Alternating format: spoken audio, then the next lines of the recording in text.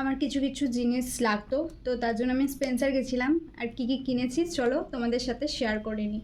প্রথমেই আমি কিনেছি যোগা বারের এই হাই প্রোটিন মুসলিটা। আমি যোগা বারের ওই স্ট্রবেরিটা খেয়েছিলাম, কিন্তু আমাকে এটা সাজেস্ট করলো যে এটা তুমি খেতে পারো, আর এটাতে কোনো মানে অর্গ্যানিক কোনো জিনিস নেই, আর এটা বেশি দিন থাকে না। তো তোমরা যদি পারো তো কন্টেনারে রাখতে পারো, বাট এই প্যাকেটে অতদিন থাকে না। তার জন্য আমাকে বললো যে এটা তুমি ইউজ করে মানে খেতে পারো, দেখো কেমন লাগে খেতে। তো তার জন্য এটা আমি নিয়ে এসেছি, স্টার্ট করবো খাওয়া।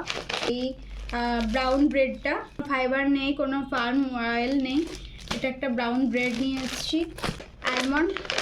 অ্যালমন্ডেরটা পেয়েছি, এটা হচ্ছে 500 গ্রাম প্যাকেটের আছে।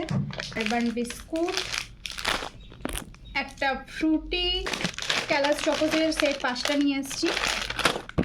এই যে পরে আমি নিয়ে এসেছি এইটা পিওর ম্যাজিকের, এটা আমার কিছু ছাড় পড়েছে, 170 টাকা হয়তো 140 টাকা এরকম কিছু নিয়েছে, দেখে বলছি। তো পিওর ম্যাজিকের এটা নিয়ে এসেছি। আমি আমুলেরটা পাইনি, তাই ব্রিটানিয়ার এটা নিয়ে এসেছি, কোনোদিন খাইনি, ফার্স্ট ট্রাই করবো, দেখি কেমন হয়।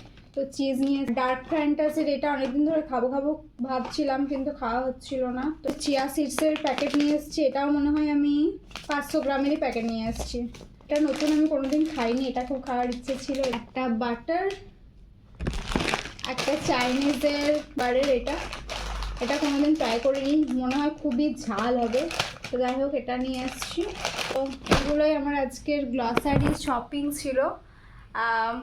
অনেক জিনিস কেনার ছিল, তো এগুলো আমি খুবই আর্জেন্ট আমার লাগতো। এরকম টাইপের ব্লগ দেখতে কেমন লাগছে অবশ্যই জানিও।